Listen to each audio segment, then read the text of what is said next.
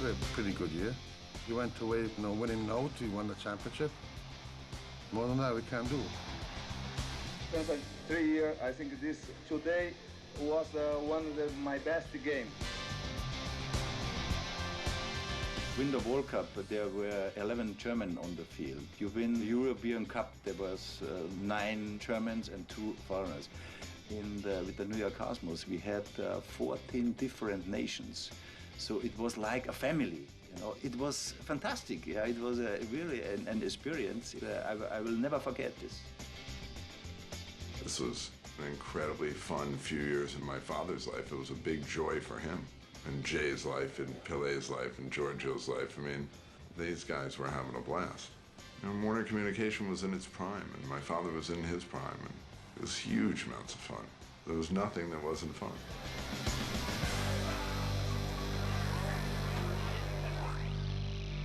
Pelé left the league with a parting gift, hope for the future. As he stepped aside, ABC Sports began negotiating to broadcast NASL regular season games on network television. Steve believed that television was the key to the Cosmos or soccer's success. No professional sport in the United States makes it without a television contract. Right now we're at Giants Stadium in East Rutherford, New Jersey. By 1978, the Cosmos were giving network executives every reason to believe that American soccer had a lucrative future. But already it's been filled to its capacity of more than 77,000 several times for another sport, for soccer.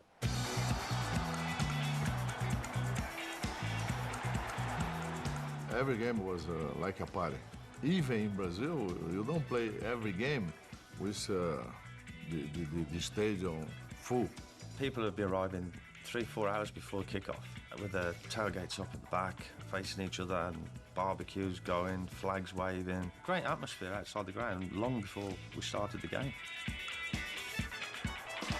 Steve Ross signed a whole new slate of international stars for the 1978 season. They won their first 7 games and 15 out of 17. The team got more and more stabilized. The team got better and better.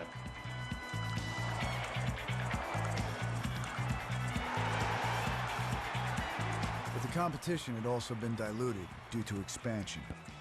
In '78, the NASL added 6 more teams for a league high of 24, all of them chasing Steve Ross and the Cosmos.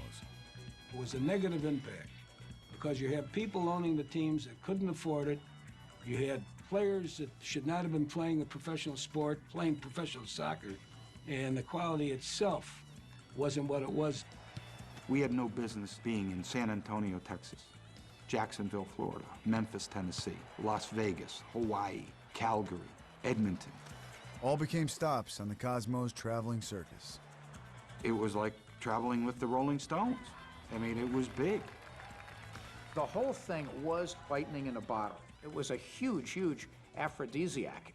And it wasn't even behind closed doors. On the flight out to the Cosmos Championship game in 1977, there were 2 sex acts performed. Right on the plane, headed for the championship game. My sports editor, I was 26, 27 years old. He said, how'd you like to cover the Yankees? The most coveted beat in this country. I looked at him and said, no, thank you. I'll stick here with the Cosmos. I'm having too good a time, just too good a time. The Cosmos entourage included a huge press contingent, translators for more than a dozen languages, even personal assistants. All on the road at Warner Communications' expense. Giorgio's philosophy of life is that he needs people to do things for him. And he doesn't have to do anything for them. He's allowing them to be with him. So Giorgio befriended Pepe. I wanted the success. I wanted to be there on top. I want to be succeeding. And most of all, I wanted him to succeed. I felt that his success was my success. He became like the rock of Quinaglia. Quinaglia stepped on him all day. Pepe, get me a pack of cigarettes. Pepe, get me a lighter. And that was Pepe Pinto. I remember Smitty and I were in the hotel and heard some noise in the hall at 4 in the morning. And it's Pepe carrying a television set wearing a woman's pink nightgown. So after we stopped laughing, He said, Pepe, what are you doing, man? And Pepe starts cursing. He goes, I'm busy. I'm in my room. I'm having a party. And Giorgio called me. The reception was no good on his TV, and he wanted me to bring his television up. My television wasn't working. I wanted to watch the television. He had the good television, I had a bad one. He got to give me a television. So what's the big deal? The '78 Cosmos rolled into the playoffs with a record of 24 wins and 6 losses. They shattered league records for points, goals, and average attendance. And in the first game of a 2-game playoff series against Minnesota, they were stunned, 9-2.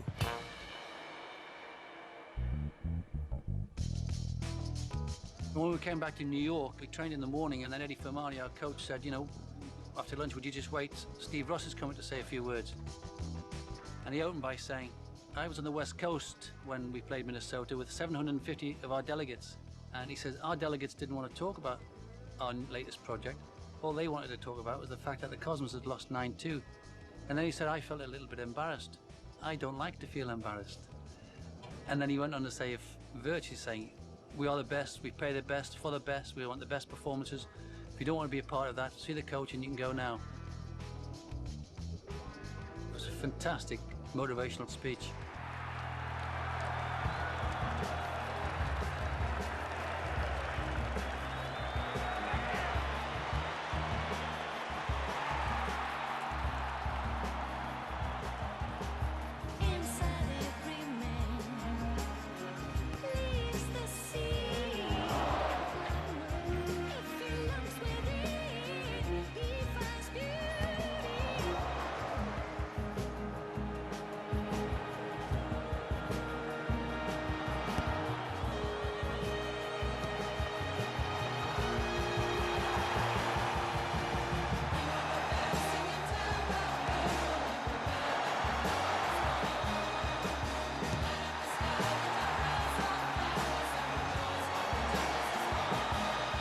The 4-0 victory tied the series and forced a sudden death minigame.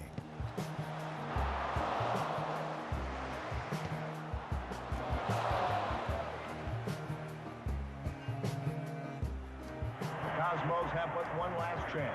5 seconds and 35 yards separate the Cosmos from elimination. The shooter, number 5, Carlos Alberto, was never before participated in a shootout. It was just so tense. I mean, we talk about excitement and build-up. That matched anything I've been involved in the whole of my career. Alberto, if he misses, the season's over. Lettieri out, shot, goal! The Cosmos have won it! An incredible comeback. The Cosmos advance to Portland.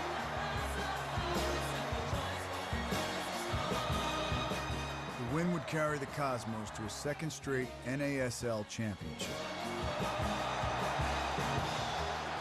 And the league to the promised land. ABC Sports presents the North American Soccer League. We put a tremendous effort behind the North American Soccer League package in 1979. We had top-flight production, we had tremendous promotion, and we assigned Jim McKay. Hello, I'm Jim McKay, and this is a moment that I, for one, will remember because we're about to do something that we've done on a number of occasions during the past 18 years at ABC Sports. We're going to begin something brand new to us. We wanted to give it our best shot, and we really did. I think we put everything behind it. I was the television expert. I had a very different view of our television potential. Rather, I wanted us on the anthology shows like The Wide World of Sports, with standings, players, saves, goals, player of the week, to build all the extrinsics of the sport and only put the championship game on television.